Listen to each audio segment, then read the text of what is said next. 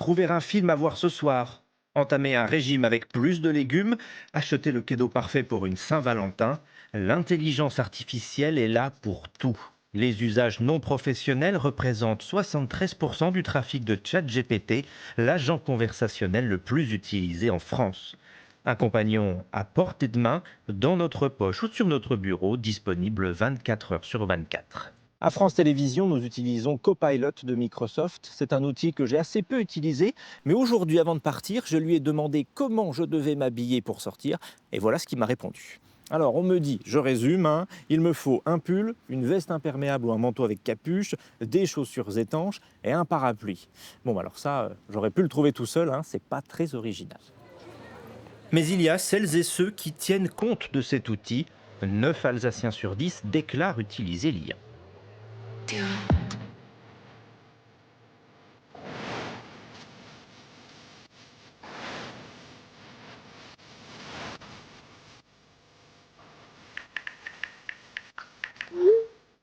J'ai dit que je faisais une séance 3 fois par semaine et donc en fait, là, il y a écrit mon jour 1, haut du corps. Donc ils me disent mon échauffement, ce que je dois faire en musculation et ce que je dois finir avec du cardio. Moins cher qu'un coach à la salle, l'IA concocte un programme d'entraînement sur mesure, adaptable à l'infini. Je peux dire si je veux plus de muscles, plus perdre de gras, prendre du poids, enfin je peux absolument tout personnaliser à ce que j'aimerais moi, alors que sur YouTube, sur internet, c'est difficile de trouver exactement quelque chose qu'on veut nous. Un partenaire qui nous guide même pendant nos vacances.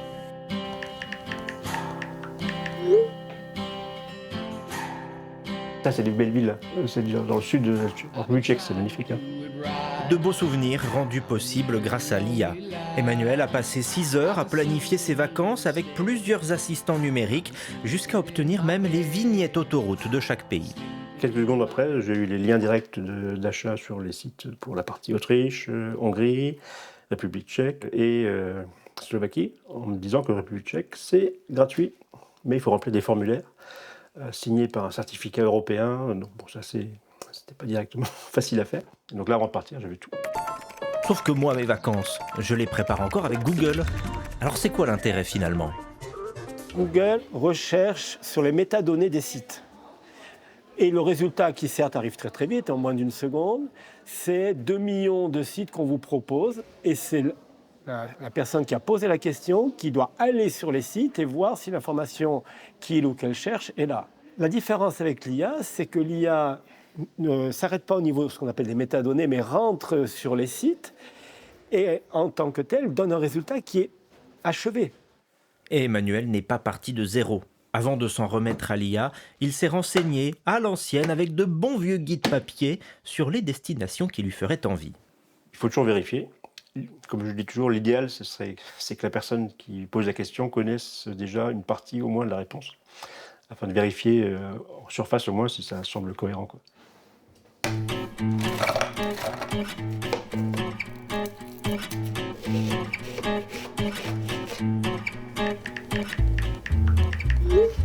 Je me suis dit qu'en tant que bon étudiant qui se respecte, je vais faire des pâtes. Mais pas n'importe quelle pâte. Il m'a proposé des pâtes complètes aux champignons et épinards. Il est arrivé à me faire 3 repas comme je lui ai demandé, en générant des images aussi, pour que ça me donne plus ou moins l'appétit.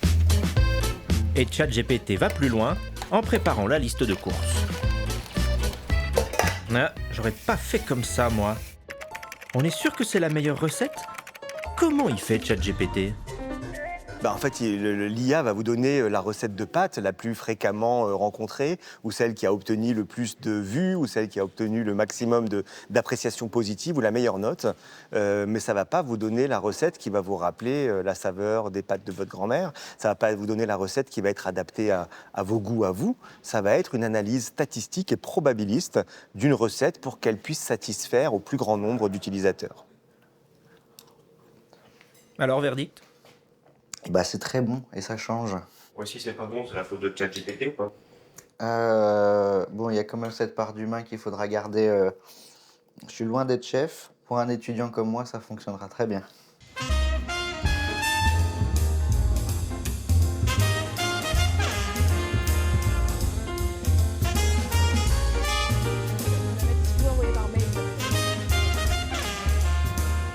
Voilà, des usages très variés et empiriques, mais certains veulent apprendre à dompter cette technologie et à l'utiliser à bon escient. Ils sont nombreux depuis 2 ans à se réunir dans des ateliers communautaires à Haguenau ou ici à Strasbourg, une fois par mois. Imaginez un navigateur qui ne se contente pas d'afficher des pages web, mais qui agit dessus. Vous voulez réserver un restaurant, il ne vous ouvre pas OpenTable, il vous réserve pour vous. Fini la valse des onglets, le navigateur devient votre majordome. À l'iLab, on entre dans un autre monde. Ce soir-là, les participants découvrent le nouveau logiciel de génération d'images, Nano Banana, comparent les 2 navigateurs Internet dopés à l'IA, Comet et Atlas, ou imaginent ce que sera l'intelligence artificielle en 2050. C'est quand même un domaine qui va assez vite, qui se renouvelle toutes les semaines. Donc voilà, vraiment s'acculturer aussi, de comprendre comment ça fonctionne et comment on peut en tirer parti sans non plus être submergé.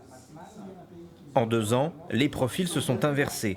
Cet espace de partage est passé de 80% de débutants à 20%. Détail horaire des entraînements. Moi, la première fois que je suis venue ici, je ne savais pas animer un atelier. Qu'est-ce que j'ai fait? Comment je vais animer mon atelier? J'ai l'impression de voir ma maman au départ quand elle avait un magnétoscope ou un ordinateur qu'elle était incapable d'utiliser et nous on en rigolait bien. C'est un peu ce que je suis aujourd'hui vis-à-vis de mes enfants quand je parle de l'IA, oui. Donc je suis là pour cela.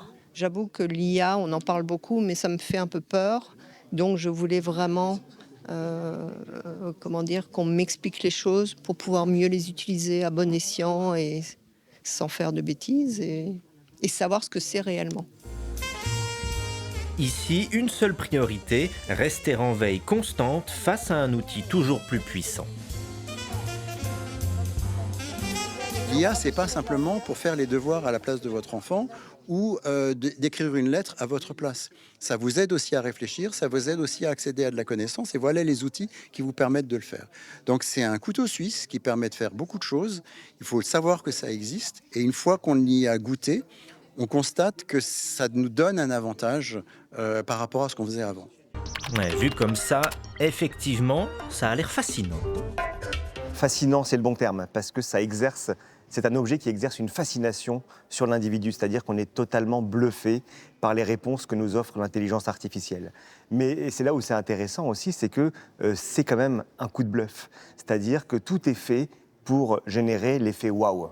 C'est-à-dire qu'on discute avec l'intelligence artificielle et on se dit mais c'est incroyable ce qu'elle est capable de nous répondre. En réalité, quand on discute avec tous les grands spécialistes de l'intelligence artificielle, ils sont quasiment tous unanimes, c'est une esbrouffe, c'est-à-dire c'est une manière de faire croire à l'utilisateur qu'il a face à lui une machine intelligente, alors qu'en réalité, la machine en soi ne comprend rien. Elle ne fait que générer des mots qui, mis l'un à côté de l'autre, vont être, en termes de probabilité, le plus susceptibles de générer cet effet waouh chez l'interlocuteur. Bon, dans ce cas-là, si je veux un peu plus de style vestimentaire, il va falloir que je lui donne un petit coup de pouce. Des baskets jaunes, ça irait? Ok, validé. Est-ce que tu peux me trouver quand sort la saison 2 de la série Nero, qui passe sur Canal+. Ah ouais, la série Nero avec Pio Marmaille, pour l'instant, il n'y a qu'une saison. Pas d'annonce officielle pour la 2, mais vu le buzz, ça pourrait arriver fin 26 ou début 27. T'as kiffé la première? En fait, il répond comme un pote, un peu plus débrouillard. Là, il me propose de rechercher tout seul, toutes les semaines, et me dire, en fait, est-ce qu'il y a une information particulière sur la sortie. Donc c'est pratique, hein. Pratique et toujours de bonne humeur, ce qui n'est pas donné à tout le monde. Il suffit de programmer une forme de gratification à chaque fois qu'on pose une question à ChatGPT. « Ah, mais cette question est absolument extraordinaire. Je vous remercie, vous avez touché tellement juste en me posant cette question. » Donc, pourquoi la machine est-elle capable de gratification? Pourquoi la machine est-elle capable d'empathie? Et pourquoi sommes-nous si cruellement en manque de cette empathie et de cette capacité de communiquer avec nos plus proches?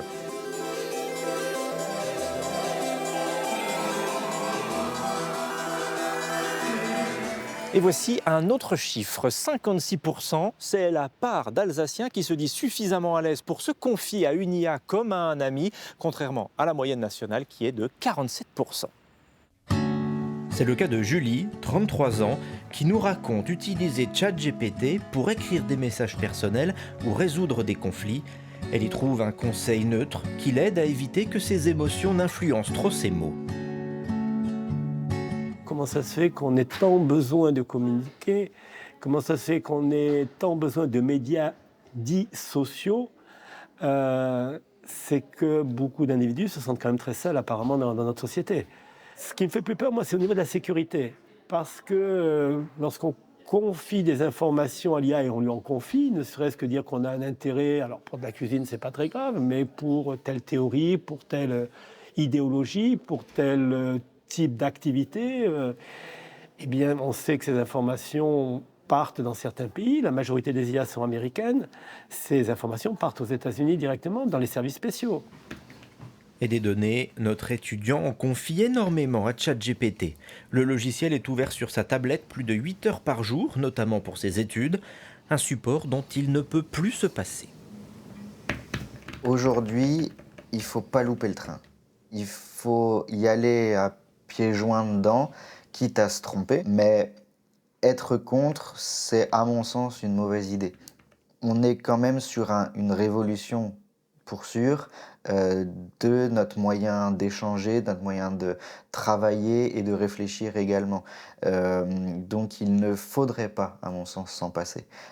C'est trop important et louper le coche maintenant, c'est être à des années-lumière de ce qui va se passer dans ne serait-ce que 3 ans. Je pense que l'outil est tellement puissant et tellement prometteur, parce qu'il ne faut pas oublier que c'est aussi une promesse de plein de choses très positives, que je pense qu'on va avoir du mal à s'en passer. Et toute personne qui commence à y avoir accès, eh bien, se rend compte à quel point est-ce que c'est un outil qui est pratique. Mais c'est évidemment pas seulement vertueux.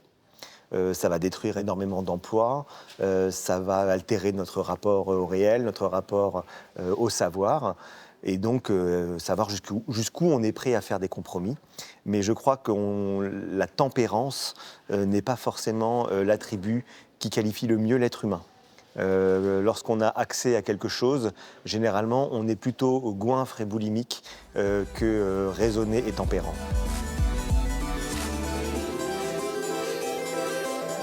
En Alsace, 92% des utilisateurs affirment pouvoir se passer de l'intelligence artificielle. Alors ça reste à voir. En tout cas, c'est un outil qui est très utile à condition de savoir exactement ce que l'on veut et de garder son originalité.